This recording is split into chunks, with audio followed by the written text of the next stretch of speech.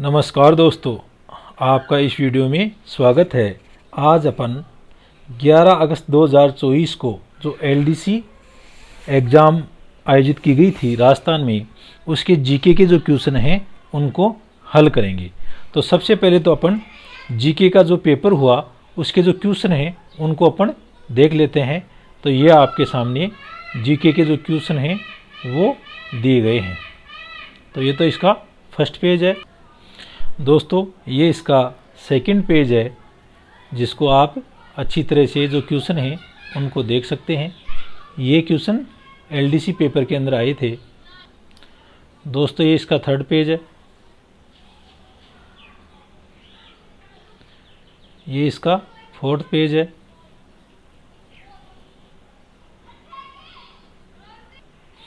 ये इसका fifth page है।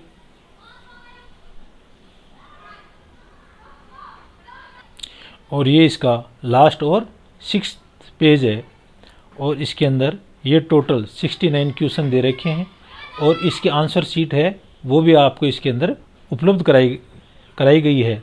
तो एक तो क्या है कि इसका जो पीडीएफ लिंक है वो भी आपको इस वीडियो के डिस्क्रिप्शन में उपलब्ध करा दिया जाएगा, जिससे कोई भी स्टूडेंट इसको निकाल करके अपने जो चेक करना चाहे या बार बार क्वेश्चन निकालना चाहे तो उसके अंदर ये पीडीएफ आपके लिए हेल्पफुल होगी।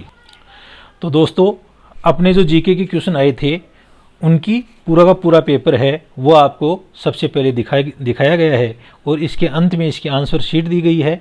और जो कोई भी स्टूडेंट है वो इस क्वेश्चन पेपर को पहले हल करना चाहे तो इसकी पीडीएफ वीडियो की डिस्क्रिप्शन में दी गई है, तो उसको आप हल करके अपनी प्रैक्टिस कर सकते हैं और अपनी तैयारी की जांच कर सकते हैं। अब अपन एक एक क्वेश्चन है उसके ऊपर चर्चा करेंगे। तो पहला क्वेश्चन है निम्नलिखित में से कर्नाटक के किस शहर में लौह इस्पात संयंत्र स्थित है? तो ये कर्नाटक का जो भद्रावती शहर है वहाँ पर लौह इस्पात का संयंत्र स्थित है। तो आंसर एक आ जाएगा। नेक्स्ट क्वेश्चन है दोस्तों, ट्रिस्टी विद डेस्टिनी प्रसिद्ध भाषण किसके द्वारा दिया गया था? तो ये जो भाषण है वो पंडित जवाहरलाल नेहरू ने दिया था और ये 14 अगस्त की रात को जब पंडित जवाहरलाल नेहरू ने ये भाषण दिया तो उन्होंने इस भाषण के अंदर कहा था कि दुनिया है वो सो रही है और भारत है वो जाग रहा है। तो इसका आंसर क्या आ जाएगा? एक आ जाएगा। अपना नेक्स्ट क्वेश्चन है, मौर्यकालीन प्रशासनिक प्रणाली में निम्नलिखित में से राजस्व वसूली का प्रभारी कौन था जो कि आय का लेखा जोखा रखता था? तो आय का लेखा रखने वाला था वो था समाहर्ता। क्या नाम था? समाहर्ता। तो मौर्य काल है उसके अंदर जो चंद्रगुप्त मौर्य, अशोक ऐसे शासक उसके अंदर हुए थे। तो इसका आंसर आ जाएगा अपना थर्ड, समाहर्ता। अगला क्वेश्चन है, मल्ल महाजनपद की राजधानी निम्नलिखित में से कौन सी थी? तो मल्ल महाजनपद, तो इसकी राजधानी है वो कुशावरी या कुशीनारा थी। तो इसके अंदर अपन देखते हैं तो जो महाजनपद हैं उनके बारे में दोस्तों अपन को जो बौद्ध धर्म अंगुत्तर निकाय और जैन धर्म भगवती सूत्र है उससे अपन को मालूम चलता है कि 6वीं शताब्दी ईसा पूर्व भारत के अंदर 16 महाजनपद थे और इन 16 महाजनपद की अलग अलग राजधानी थी। तो उस समय का अपन जो भारत है उसका सबसे पहले ये मैप है वो अपन बनाते हैं। तो इस मैप के अंदर ये अपना गुजरात का तट आ गया, ये यूँ आ गया, और ये नेपाल का जो क्षेत्र है वो आ गया, ये सिक्किम आ गया, और ये पूर्वोत्तर जो भारत है वो आ गया। और इस तरह से अपन एक मैप बनाते हैं। इस मैप के अंदर जो 16 महाजनपद है, तो 16 महाजनपद है उनका मालूम किससे चलता है? एक तो बौद्ध ग्रंथ अंगुत्तर निकाय और जैन ग्रंथ भगवती सूत्र में 16 महाजनपद बताए हैं। तो इसके अंदर अपन सबसे पहले ये अपनी यमुना नदी, ये कौन सी है? यमुना नदी। ये अपनी गंगा नदी, ये अपनी चंबल नदी जो जाकर के गंगा में मिल जाती है। ये नर्मदा नदी, ये ताप्ती नदी और ये गोदावरी नदी, ये महानदी, ये कावेरी और यहाँ पर ये कृष्णा। तो इनके अंदर इधर अपन देखेंगे, इधर जो सिंधु जल क्षेत्र है उसको अपन देखेंगे तो ये सिंधु नदी।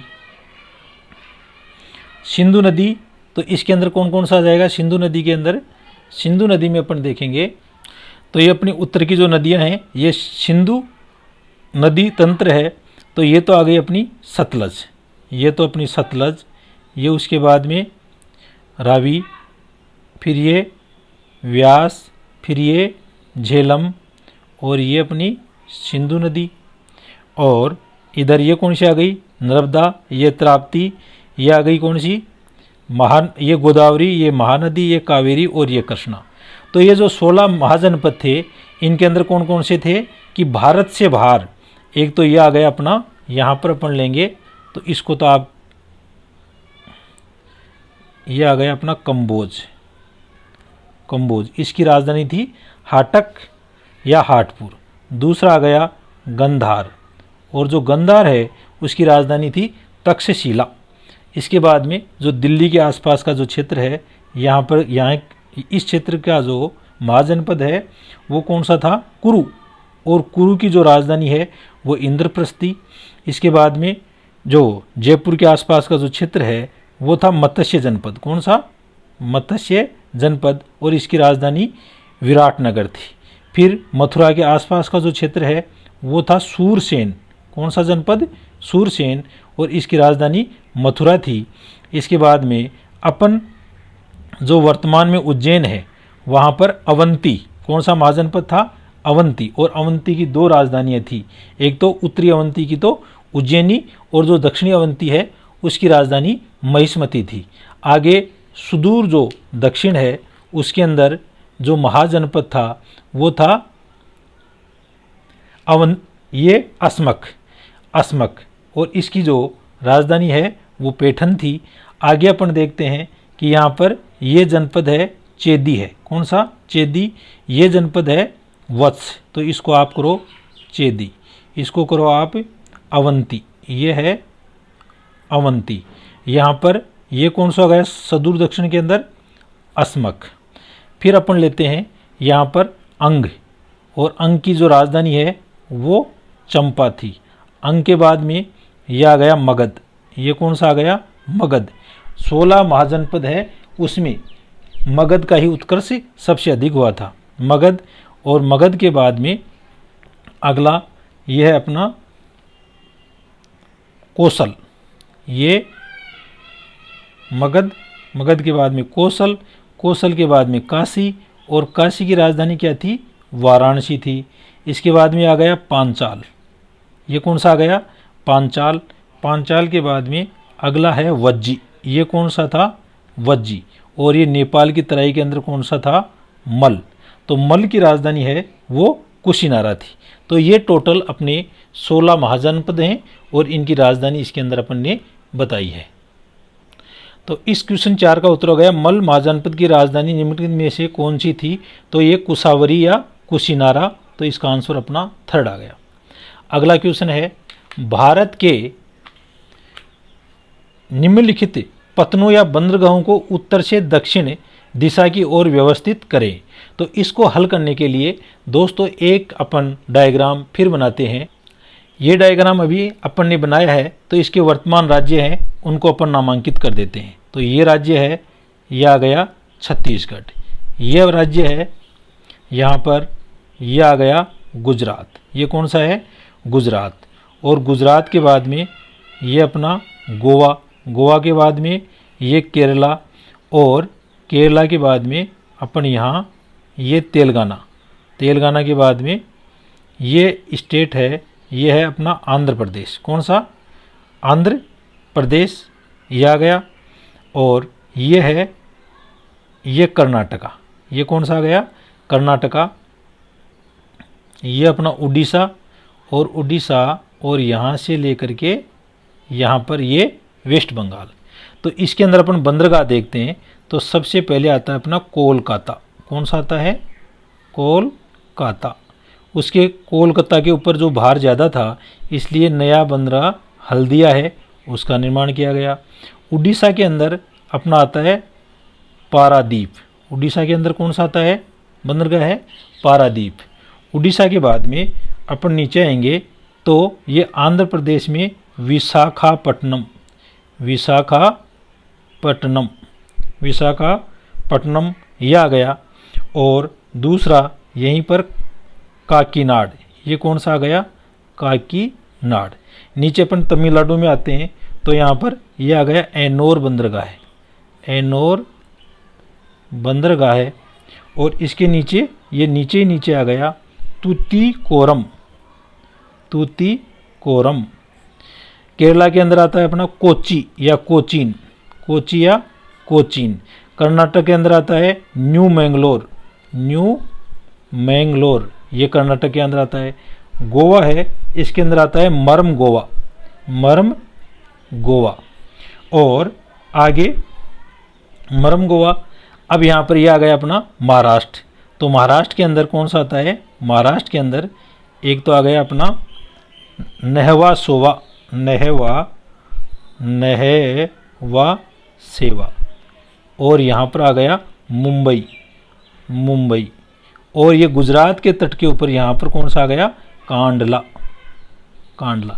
इस मैप के अंदर अपन दोस्तों देखते हैं कि ये अपना पूरा ये जो तट है इसको अपन पूर्वी तट बोलते हैं। इसको क्या बोलते हैं पूर्वी तट।